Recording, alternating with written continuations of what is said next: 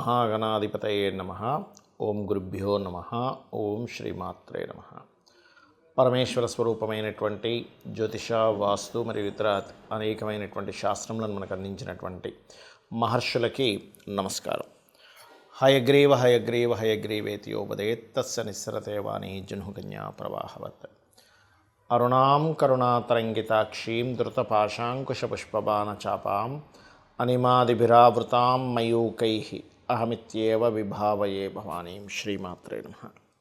ప్రేక్షకులకి ఆ లలితాంబిక అమ్మవారి యొక్క అనుగ్రహం పరిపూర్ణంగా కలగాలని మనస్ఫూర్తిగా కోరుకుంటూ, మనం ఈరోజు చాలామంది అడుగుతున్న ప్రశ్న ఏంటంటే, శని మారుతున్నాడు కదా మార్చి 29వ తేదీ నుంచి, దాని మూలంగా ఎలాంటి ఫలితాలు ఉంటాయి? అందులో ముఖ్యంగా శని భగవానుడు మారినప్పుడు ఒక 2 నెలలు రాహు కూడా ఇక్కడే ఉంటాడు. రాహు శనులు కలిసి ఉంటారు ఒక 2 నెలలు. ఆ 2 నెలల పరిస్థితి ఏంటి? మారకముందు ఇక్కడ శని ఉన్నప్పుడు ఎటువంటి ఫలితాలు ఇస్తాడు ద్వాదశ లగ్నాల వారికి? అదేవిధంగా అసలు జాతకమే తెలియదు అనుకునేటువంటి వారు, నక్షత్రము లగ్నము ఏమీ తెలియదు కొంతమందికి, అటువంటి వారు ఎటువంటి జాగ్రత్తలు తీసుకోవాలి, ఎటువంటి శుభ ఫలితాలు ఉంటాయి అనేటువంటి విషయాల్ని ఒక్కొక్క లగ్నరీత్యా తెలుసుకుందాం. అయితే ఈ విషయాలు చెప్తుంది నేనైనప్పటికీ కూడా చెప్పిస్తుంది సాక్షాత్ లలిత అమ్మవారిగా భావిస్తూ ఒక్కొక్క లగ్నం గురించి మనం తెలుసుకుందాం. కర్కాటక లగ్నము, కర్కాటక రాశి. మీకు శని ప్రస్తుతం అష్టమ స్థానంలో ఉన్నాడు. అష్టమ శని నడుస్తుంది అనేటువంటిది మీరు వినే ఉంటారు. మరి అష్టమ శని ప్రభావం ఏమిటి? లేట్ అవ్వడం, అష్టమం లేట్ అవుతూ దానివల్ల కొంత శ్రమ. మరి ఎప్పటి నుంచి పోతుందండి? భాగ్యంలోకి వెళ్తున్నాడు కదా, అక్కడిచ్చే రిజల్ట్ ఏమిటి అంటే, ఎప్పుడు కూడా ఒక ప్లానెట్ ఒక దగ్గర ఉన్నప్పుడు దానికి సంబంధించిన రిజల్ట్స్ కూడా ఇస్తూ ఉంటుంది, కొన్ని మంచి కూడా చేస్తూ ఉంటుంది. కర్కాటకం వారికి భాగ్యంలో సంచరించేటప్పుడు ముఖ్యంగా మంచి ఫలితాలు ఏమిటి అంటే, తండ్రి ఆస్తి రావడం, ఏదైనా లాంగ్ టర్మ్ ఇన్వెస్ట్మెంట్స్ చేసినప్పుడు కలిసి రావడం ఇస్తాడు అక్కడ. ఈ శని భగవానుడు ఇక్కడ మారినప్పుడు ఇచ్చే రిజల్ట్ అది. మారకముందు మాత్రం కాస్త మీరు పూర్వీకుల తాతగారి ఆస్తికి సంబంధించిన విషయంలో ఏవైనా డిస్ప్యూట్స్ రావడం, ఆలస్యం అవ్వడం పనులు జరుగుతూ ఉంటాయి.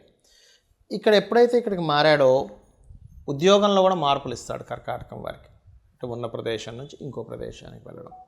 కాకపోతే 9వ శని జరిగేటప్పుడు 9వ స్థానం అనేటువంటి తండ్రి, గురువు, higher education, long journeys, higher education చేసే విషయాల్లో, డెసిషన్స్ తీసుకునే విషయాల్లో చాలా జాగ్రత్తగా నిర్ణయాలు తీసుకోవాలి.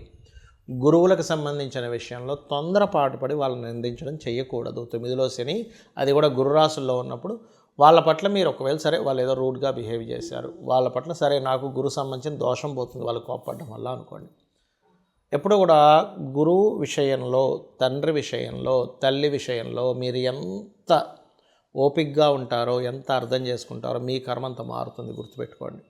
ఇక మీరు ముఖ్యంగా హైయర్ ఎడ్యుకేషన్, లాంగ్ జర్నీ చేసేటప్పుడు కొన్ని థింగ్స్ మిస్ అవుతూ ఉంటాయి. కర్కాటకం వారికి 9వ శని సంచారం జరిగేటప్పుడు ఈ యొక్క విషయంలో జాగ్రత్తగా ఉండాలి. కాకపోతే ఇక్కడ 2వ వివాహం కోసం ప్రయత్నం చేసేటువంటి వారికి 100% 2వ వివాహ యోగం కలిగి తీరుతుంది. అందులో ఎటువంటి సందేహం లేదు, గుర్తుపెట్టుకోండి. ఇక మీరు చేయవలసినటువంటి దేవతారాధన, ముఖ్యంగా మీకు శని ప్రభావం ఒకవేళ మీకు జన్మరీత్యా అంటే లగ్నరీత్యా ఏలినాడు శని అవే కాకుండా శని దశ నడుస్తుంది, ఏ నడిచినా మీరు ఒకటే గుర్తుపెట్టుకోండి. కర్కాటకం వారు స్కందుణ్ణి గనక ఓం స్కందాయ నమః అని నామస్మరణ కనుక చేశారంటే స్కందుడే మొత్తం చూసుకుంటాడు మీకు. కొంతమందికి లగ్నము కానీ, నక్షత్రము కానీ, రాశి కానీ ఏమీ తెలియదు. తెలిస్తే కనీసం ఏలినాటి శని నడుస్తుందా, అర్ధాష్టమ శని నడుస్తుందా, అష్టమ శని నడుస్తుందా అని ఒక క్లారిటీ ఉంటుంది. అయితే మీకు ఒక విషయం గుర్తుపెట్టుకోవాలి, అందరూ కూడా శని అనగానే అదేదో మన మీద ఆయన కక్షగట్టి ఇబ్బంది పెడుతున్నాడు అనుకుంటే పూర్తిగా రాంగ్. మీ కర్మే. నవగ్రహాలు కూడా రవి దగ్గర నుంచి 9 కూడా, అందులో 2 ఛాయాగ్రహాలు కూడా మీ యొక్క కర్మే ఆ రూపంలో వస్తుంది. మన కర్మ ఆ రూపంలో ఉందని మనం ఫస్ట్ అర్థం చేసుకోవాలి. రెండవది, ఈ కర్మ దాటలేమా అంటే ఖచ్చితంగా దాటగలం. ఎప్పుడు? శని అంటేనే కర్మకారకుడు, కృషికారకుడు, శ్రమకారకుడు అంటారు. శ్రమ ఎంత మనం చేస్తే శని భగవానుడు అంత ఆనందిస్తాడు. ఇంట్లో పడుకుంటే మాత్రం ఆయన ప్రభావం చాలా ఎక్కువగా ఉంటుంది, గుర్తుపెట్టుకోండి. శుభ్రంగా నేను ఏ పని చేయను, నాకు ఈజీ మనీ రావాలి, ఇలా ప్యాక్ ఆడితే నాకు డబ్బులు రావాలి, ఇలా ఇంకో దేంట్లోనో బెట్టింగ్స్ ఆడితే నాకు డబ్బులు రావాలి అని అనుకున్నారా, శని మొత్తం రోడ్డు మీదకి లాగుతాడు, గుర్తుపెట్టుకోండి. ఖచ్చితంగా రోడ్డు మీదకి లాగేటువంటి గ్రహం ఏదైనా ఉంది అంటే శని భగవానుడు. ఏది ఈజీ మనీ రావాలనుకుంటే ప్యాకెట్లు ఆడుకోవడం, రమ్మీలు చూస్తుంటాం మనం ఇవాళ రేపు ఫోన్స్లో, రమ్మీ ఆడడం, లేకపోతే ఏదో గుర్రం పందాలకి వెళ్ళిపోవడం, లేకపోతే ఇంకోటి ఏదో పందాలు. అంటే వాళ్ళు తెలివితేటలు ఏమి పెట్టకుండా, ఏ పని చేయకుండా ఇంట్లో కూర్చొని నాకు డబ్బులు రావాలి, లేకపోతే గోవా వెళ్ళిపోయి ఇట్లాంటివి చేసే వాళ్ళకి శని ఎక్కడా సహకరించడు. మీరు అనొచ్చు మరి, ఏమండి మరి కొంతమందికి వస్తుంటాయి కదంటే పూర్వజన్మల్లో విపరీతమైన పుణ్యకర్మలు ఏవో చేసి ఉంటారు వాళ్ళు, అందుకే వాళ్ళకి ఒక్కోసారి లాటరీలో డబ్బులు రావడము, ఏ నిధి దొరకడమో ఇట్లాంటివన్నీ జరుగుతూ ఉంటాయి. అయితే శనికున్న గొప్ప క్వాలిటీ ఏంటంటే కృషి చేశారా ఆయన ఎక్కడా మిస్ అవ్వనివ్వడండి డబ్బులు ఇవ్వడం, నథింగ్, సమస్య లేదు.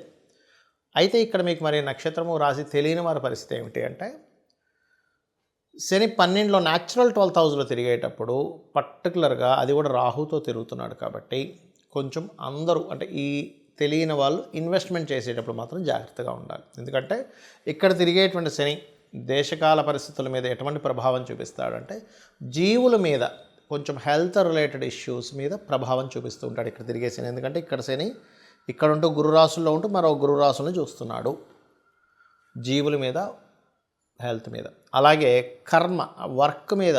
అంటే నేను మీకు గతంలో ఇక్కడికి శని కుంభంలోకి ఎంటర్ అయ్యేటప్పుడే మీకు హెచ్చరించాను 2 సంవత్సరాల క్రితమే. శని ఇక్కడ నుంచి స్లోగా మేషం వరకు వెళ్తున్నాడు. అందరూ కూడా వాళ్ళ ఉద్యోగాలతో పాటు వాళ్ళు సొంతంగా ఏం చేయగలరు, వాళ్ళకి ఏం టాలెంట్ ఉంది, ప్రతి ఒక్కరిలో ఒక గొప్ప టాలెంట్ దాగి ఉంటుంది. వాళ్ళ టాలెంట్ ఏంటో గుర్తించి దాన్ని సైడ్గా పెట్టుకొని దాని ద్వారా కూడా సైడ్ ఎంతో కొంత మనీ ఎర్న్ చేసుకునేటువంటి దీంట్లోకి జనాలందరూ వెళ్ళవలసినటువంటి పరిస్థితి రాబోతుంది. అలా వెళ్ళాలి, ఇప్పటి నుంచే మీరు సెట్ చేసుకోవాలని. అందుకని ఏంటి, శనిలోకి ఎప్పుడైతే ఎంటర్ అయ్యాడో మళ్ళీ ఇంకొంచెం దాని యొక్క ప్రభావం పెంచుతూ ఉంటుంది. పెద్ద పెద్ద దేశాల్లో కొంత ఆర్థిక మాన్యాలు రావడం, కొన్ని వర్క్ చేసేటువంటి విధానాల్లో చాలా మార్పులు రావడం, కొన్ని ధర్మ విరుద్ధమైనటువంటి కొన్ని పరిస్థితులు రావడం, రాజ్య సంబంధించినటువంటి విషయాల్లో, రాజకీయ నాయక సంబంధించినటువంటి విషయాలు అనేకమైనటువంటి మార్పులు జరగడం, ఇవన్నీ కూడా జరుగుతూ ఉంటాయి స్లోగా శని యొక్క సంచారం ఎప్పుడైతే మారుతూ వస్తూ ఉందో. కాబట్టి మీకు డేట్ ఆఫ్ బర్త్ తెలిసినా తెలియకపోయినా ఏమైనా సరే ఒకటే గుర్తుపెట్టుకోండి, మీకు పనులన్నీ ఆలస్యం అవుతున్నాయి అంటే పూర్వజన్మల్లో ఎక్కడో శనికి సంబంధించిన దోషం మీరు చేశారు, అది ఈ కర్మలో ఈ రూపంలో వచ్చింది. అందుకని మీరు చేయవలసింది ఏమిటంటే శనివారాలు ప్రత్యేకంగా తైలము ఒంటికి రాసుకొని చక్కగా స్నానం చేయండి, దానివల్ల కొంత దోషం పోతుంది. రెండవది, మధ్యాహ్నం పూట నిద్రపోకండి పొరపాటును కూడా. చిన్నపిల్లలు, స్త్రీలు, బాగా ఏజ్డ్ పర్సన్స్కి సంబంధం లేదు, వాళ్ళు నిద్రపోవాలి. ఎందుకంటే వాళ్ళకి ఎనర్జీ సరిపోదు, మాటికి మేలుకు వస్తూ ఉంటుంది. మధ్యాహ్నం పూట కాసేపు నిద్రపోవాలి. ఇంట్లో స్త్రీలు ఇంట్లో పనులు ఉంటాయి, పాపం వాళ్ళు పొద్దున్నే లేచి చేస్తారు, వాళ్ళకి శనికి సంబంధం ఇబ్బంది ఏమి ఉండదు. కానీ మంచి యువకులు ఒక 15 ఏళ్ళ నుంచి 15 ఏళ్ళ వయసు నుంచి ఒక 55 ఏళ్ళ వయసు వరకు ఉండే వాళ్ళందరూ కూడా యువకుల కిందకే వస్తారు. వీళ్ళు మధ్యాహ్నం పూట కాసేపు నిద్రపోవడం ఇట్లాంటివి చేయకండి, శని ప్రభావం ఖచ్చితంగా పడుతుంది. మళ్ళీ కొంతమంది సాధకులు ఉంటారు, రాత్రి సమయంలో జపం చేసుకుంటారు, రాత్రంతా అమ్మవారి జపాలు చేసేవాళ్ళు ఉంటారు, వాళ్ళు మధ్యాహ్నం పూట కాసేపు పడుకోవచ్చు, దానికేం కాదు. నైట్ డ్యూటీస్ చేస్తూ ఉంటారు కొంతమంది, వాళ్ళకి ఇబ్బంది ఏం లేదు. కానీ మీకు ప్రభావం పడకుండా ఉండాలంటే మాత్రం ఇవి ఖచ్చితంగా పాటించాలి. ఎక్కువగా వాకింగ్ చేయాలి, ఎక్సర్సైజెస్ చేయాలంటే మార్స్ ఎనర్జీని పెంచుకోవాలి. ఇక్కడ హోమాలకు ఎక్కువగా పార్టిసిపేట్ చేస్తుండాలి, చండీ హోమము లేదా చండీ పారాయణం చేస్తుండాలి. ఆంజనేయ స్వామి ఆలయం కానీ, నరసింహస్వామి ఆలయం కానీ, ఏదైనా శక్తి దేవత ఆలయాలు లేదా గణపతి ఆలయం లేనట్లయితే మీకు దగ్గరలో రావి చెట్టు ఉన్నా కూడా దాని చుట్టూ ప్రదక్షిణం చేసినా కూడా మీకు ఆ యొక్క దోషం అనేటువంటిది పరిపూర్ణంగా తొలగిపోతుంది. సో ఈ రకంగా చేసి మీ యొక్క అభివృద్ధి ఆ యొక్క స్వామివారి అనుగ్రహం లేదా అమ్మవారి అనుగ్రహం ద్వారా మీరు పొందాలని కోరుకుంటూ శ్రీమాత్రే నమః.